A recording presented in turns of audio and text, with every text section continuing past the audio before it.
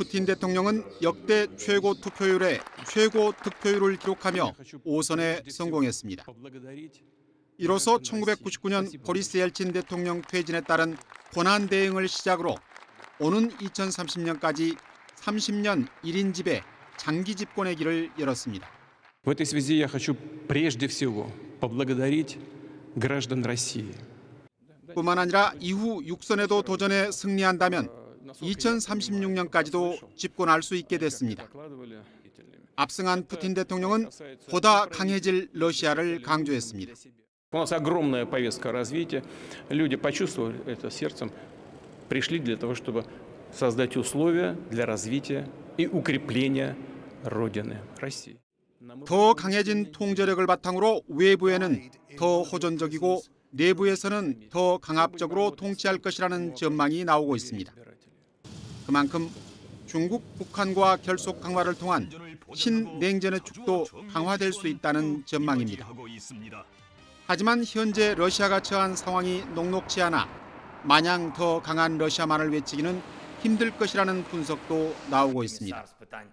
국제사회에서 고립 지속과 우크라이나 전쟁 장기화에 따른 경제적 압박, 국내 불만 여론의 고조 등 난제가 산적해 있기 때문입니다.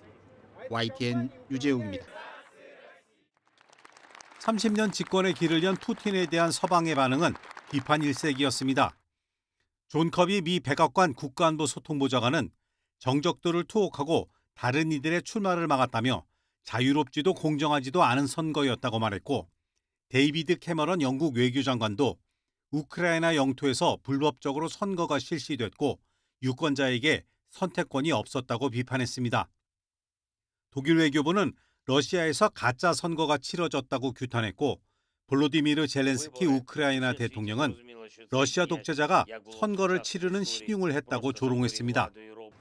베네수엘라 등 친러 성향의 일부 국가들만 축하 메시지를 낸 가운데 푸틴 대통령은 선거가 끝나 여유를 찾은 듯 최대정적 나발리의 사망을 처음으로 언급하며 죽음은 항상 슬픈 일이라고 말했습니다. Ну, у нас и были другие случаи, когда люди в местах лишения свободы уходили из жизни. А разве в Соединенных Штатах такого не бывало? Бывало и неоднократно. 특히 처음으로 그 사람이 아닌 나발리 씨라고 부르며 사망 전 수감자 교환 얘기가 있었고 자신도 동의했다고 말했습니다. Но, к сожалению, вот случилось то, что случилось. Только при одном условии, что мы его поменяем, чтобы он не возвращался, пускай там сидит. 올해 파리 올림픽 기간 동안 휴전하자는 프랑스의 제안에 대해서는 유보적이었습니다. 대화 준비는 돼 있다면서도 전선에서 러시아의 이익을 고려해야 한다고 말했습니다. 프랑스의 우크라이나 파병 가능성에 대해서는 나토가 러시아와 직접 충돌한다면 3차 세계대전에 근접하게 될 것이 분명하다고 경고했습니다. YTN 이정훈입니다.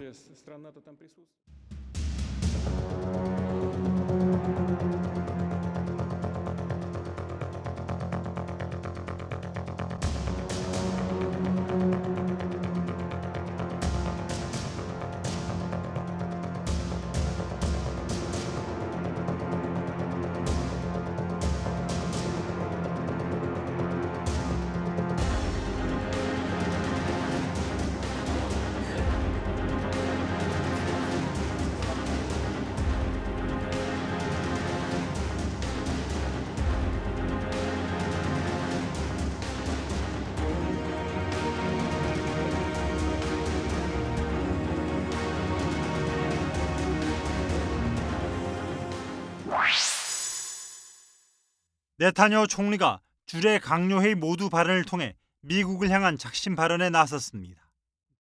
הזיכרון שלכם כל כך קצר? כל כך מהר שכחתם את ה-7 באוקטובר? את הטבח הנורא ביותר שבוצע נגד יהודים מאז השואה? CNN 방송과 인터뷰에서는 자신의 교체는 이스라엘 국민이 알아서 할 일이라며 내각 교체를 주장한 민주당 상원 원내대표의 발언이 완전히 부적절했다고 비판했습니다.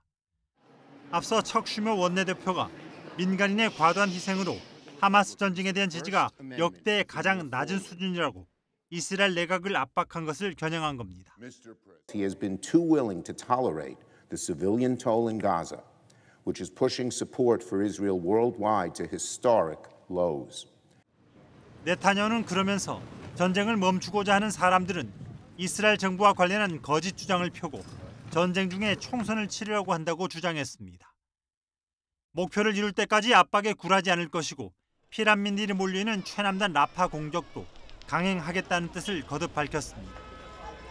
라파 공격전, 민간인 대표도 약속했지만 가자 지구를 둘러싼 미국과의 갈등은 정점으로 치닫는 상황입니다.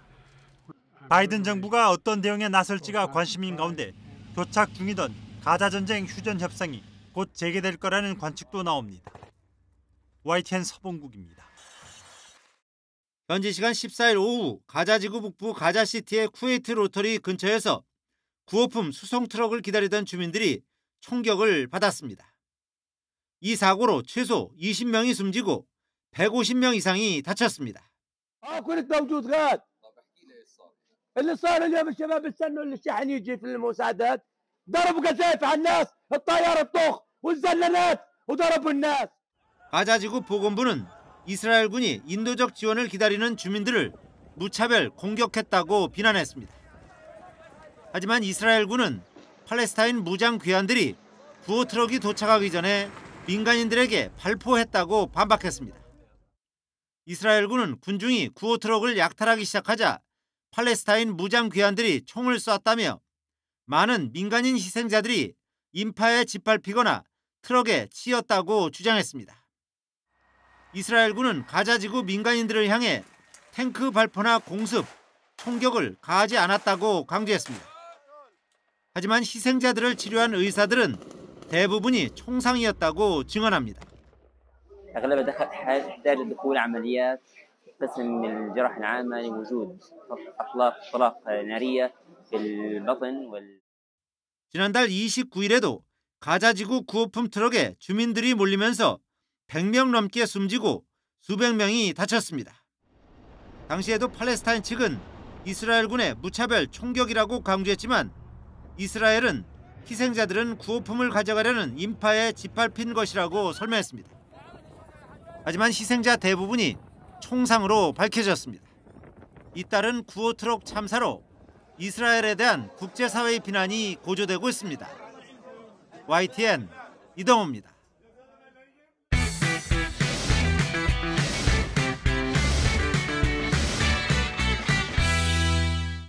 한 남성이 여권을 바닥에 팽개치더니 공무원과 말다툼을 하기 시작합니다. 곧이어 공무원을 때리기 시작하다가 경찰이 출동하고 나서야 폭행을 멈췄습니다. 폭행을 당한 공무원은 2주 동안 병가를 다녀온 뒤 겨우 업무에 복귀했습니다. 지난 5일에는 김포시청 공무원 A씨가 악성 민원에 시달리다 스스로 목숨을 끊기까지 했습니다. 항의성 민원을 계속하던 이들이 A씨의 신상까지 온라인에 유포한 겁니다. 김포시는 A씨 신상을 유포한 민원인들을 공무집행 방해 등 혐의로 경찰에 수사 의뢰한 상태입니다. 민원인들 행태가 도를 넘으면서 공무원 단체들은 악성 민원은 범죄라면서 더 강하고 실질적인 대책 마련을 촉구하고 나섰습니다. 공무원이니까 참아야 된다. 누구 아는 사람이니까 참아야 된다. 이렇게 넘어가면서 갑질과 악성 민원은 새롭게 더욱더 잔인하게 변화 발전되고 있는 것입니다. 특히 악성 민원 예방을 위해서는 기관의 책임을 더 강화해야 한다고 목소리를 높였습니다. 민원처리법에 따르면 행정기관의 장은 소속 공무원을 보호하기 위해 안전조치를 해야 하지만 하지 않았을 때 별도의 불이익이 주어진다는 규정은 없습니다. 훌륭한 장비와 안전요원을 배치하고 상시녹음, 통화녹음 시설을 운영하고 전담 대응팀을 운영해야 한다. 기관장의 명령으로 고소, 고발을 의무화해야 한다. 공무원 대부분이 일하면서 악성 민원을 경험하고 또 이들 가운데 절반 이상은 공직을 떠나고 싶어하는 상황. 행정안전부가 대응책 마련을 위한 팀을 구성한 가운데 공무원 단체들은 현장의 의견을 제대로 반영해야 한다며 참여를 요구하고 있습니다. YTN 신기혜입니다. 서울 대표 번화가인 명동, 시내버스가 도로 한복판에 정차합니다. 정류장에 서 있던 시민들이 도로를 가로질러 버스에 오릅니다. 줄지어선 차량과 승객들이 도로 위에서 한데 뒤엉킵니다. 이렇게 정류장 바로 앞에 흰색 정차선이 있지만 선 안에 들어와 서는 버스는 거의 없습니다. 승객들은 버스를 탈 때마다 마음을 졸여야 합니다.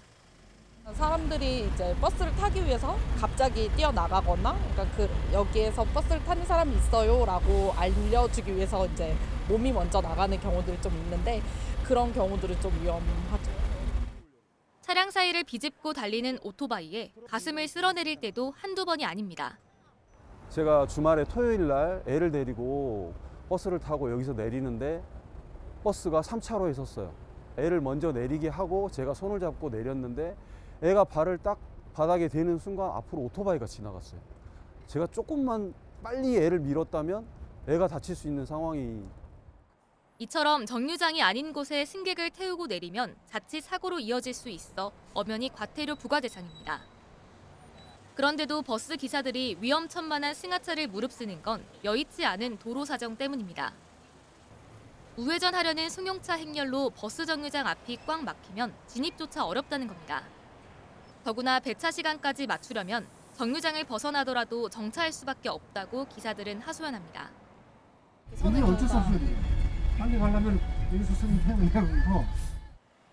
민원이 제기되자 서울시와 중구청이 지난해 12월 합동조사를 벌이고 정류장 이전 협의에 들어갔지만 담당자가 바뀌었다는 이유로 논의가 중단되더니 현재는 기약이 없는 상황. 다만 취재가 시작되자 서울시는 문제점을 개선할 방안이 정류소 이전일지, 도로 기하구조 개선일지 등에 대해 논의하고 있다고 입장을 밝혔습니다.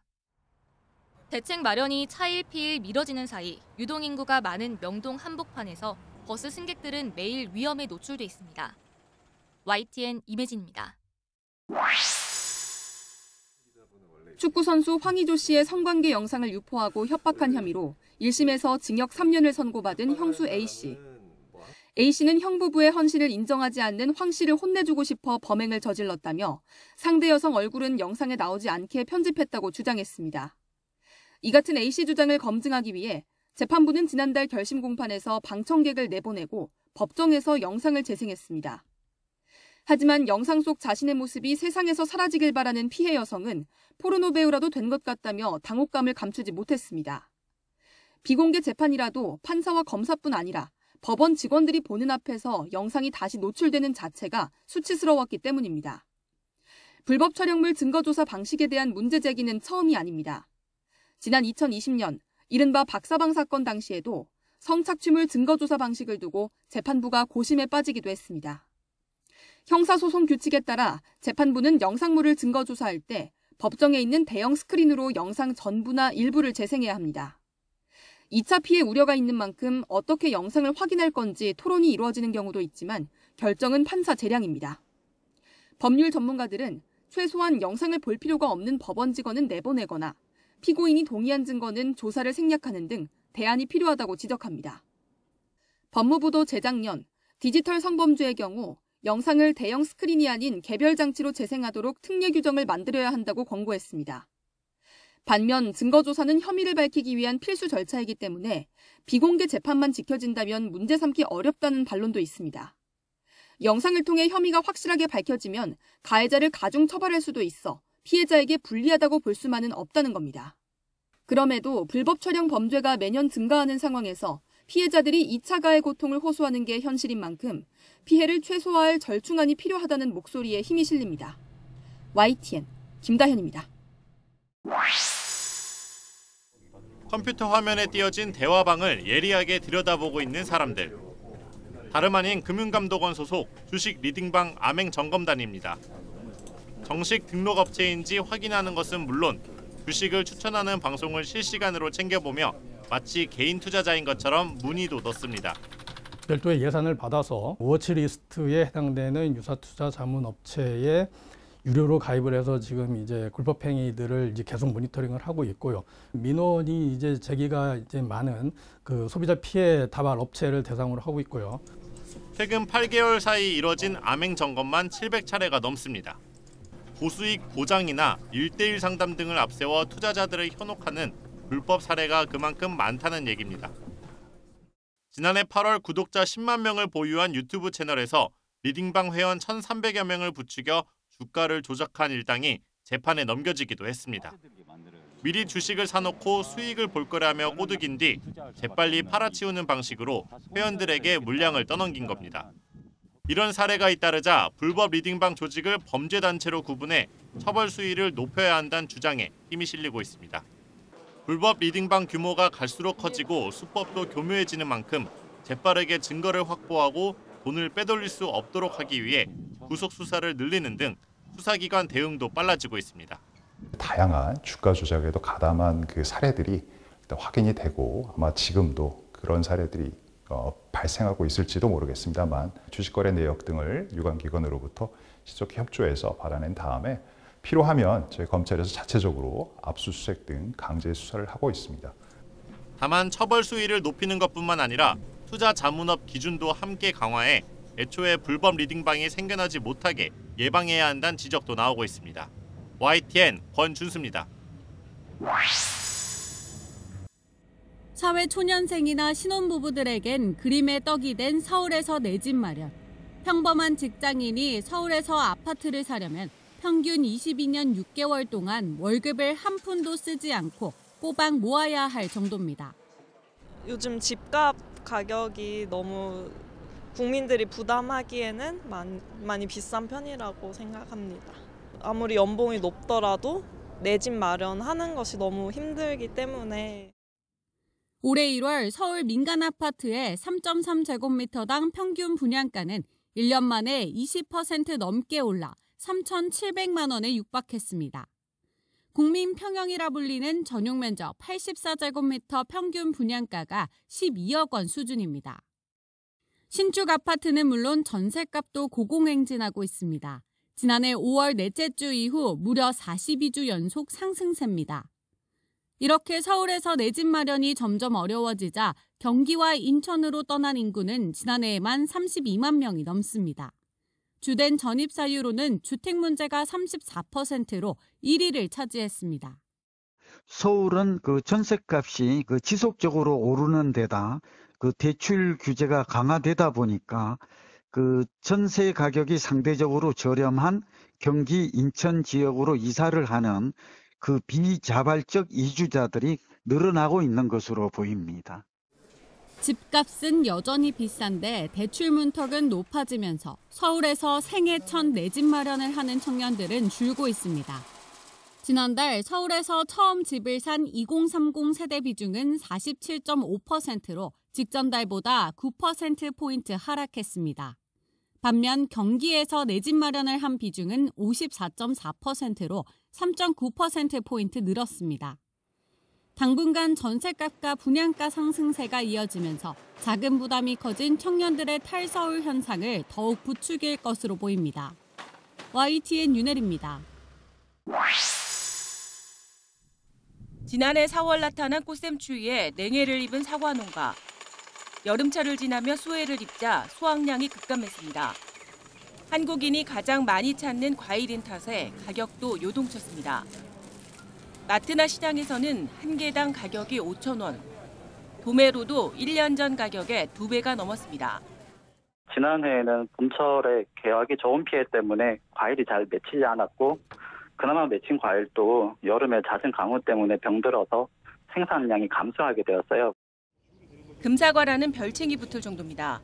앞으로는 이상기후가 없어도 사과 공급이 줄어들 가능성도 있습니다. 바로 급격한 기후변화로 재배 가능한 지역이 줄어들기 때문입니다. 농촌진흥청이 발표한 미래 사과 재배지 분포도입니다. 지금과 같은 온난화가 지속할 경우 중부와 전북, 영남 내륙까지 가능한 사과 재배지가 5년 뒤인 2030년부터는 점차 줄어듭니다. 이어 25년 뒤인 2050년엔 강원도에서만 사과 재배가 가능해지고 2070년에는 사과 재배가 거의 불가능해집니다. 온난화가 많이 진행이 되면 붉은 과피 품종의 착색이 어려워지고 과일 모양이 좀 납작해지면서 극단적으로 온난화가 진행되면은 재배가 불가능해질 수 있는데요. 전문가들은 사과뿐 아니라 배와 복숭아, 포도 등도 2050년 이후에는 재배가 어려워질 것으로 전망했습니다. 반대로 감귤 재배지가 제주도에서 전국으로 확대되고 단감도 산간을 제외한 중부 전 지역에서 수확할 수 있게 됩니다. YTN 정혜윤입니다. 탁 트인 바다가 보이는 공원 언덕이 노란색으로 물들었습니다. 따스한 봄바람에 살랑이는 활짝 핀 꽃잎, 봄을 알리는 꽃 수선화입니다. 봄을 알리는 꽃이죠. 보니까 어떠세요? 너무 마음도 환해지고 좋아요. 행복해요. 꽃밭 사이로 난 산책길은 더할 나위 없이 좋은 포토존입니다. 푸른 바다와 어우러진 수선화가 한 폭의 그림 같고 추억을 남기려는 사람들의 입가에는 꽃보다 아름다운 미소가 번집니다.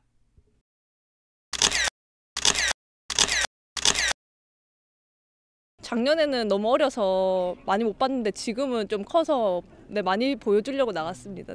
벚꽃도 보러 가고 뭐 거기 어디지? 태종대? 네, 그런 꽃들도 많이 보러 갈 예정입니다. 수선화는 줄기에 비해 꽃이 크고 무겁다 보니 마치 사람을 바라보는 것처럼 보이기도 합니다. 지난달 중순부터 피기 시작해 가장 보기 좋은 시기를 맞았습니다.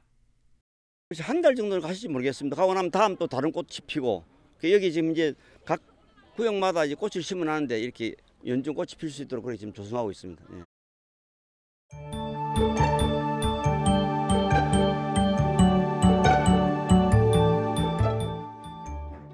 지리산 자락 마을도 노란빛으로 물들었습니다.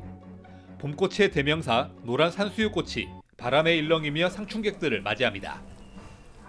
눈으로만 보기에는 아쉬운 풍경을 카메라에 담고 가족과 함께한 봄 추억을 만들어갑니다. 산수유 축제를 여지껏 한 번도 본 적이 없어요. 근데 와서 보니까 네. 꽃도 예쁘고 네. 이 주천면 마을 네. 또 너무 아름답고 참 예쁘네요. 따스하고 화창한 날씨 덕분에 휴일을 맞은 시민들의 마음에도 봄꽃이 피었습니다. YTN 차상입니다.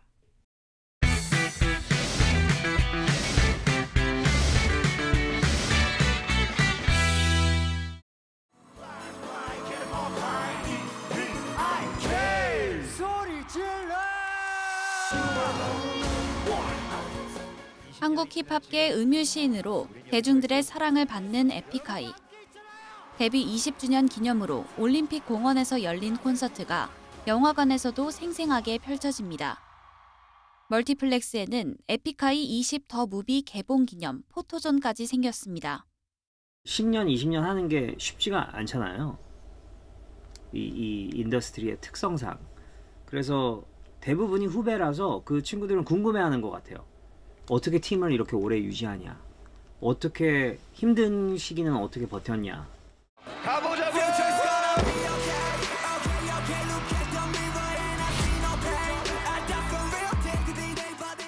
지금은 국방의 의무를 다하고 있는 BTS 슈가의 앙코르 콘서트 역시 극장과 관객들을 만나러 갑니다.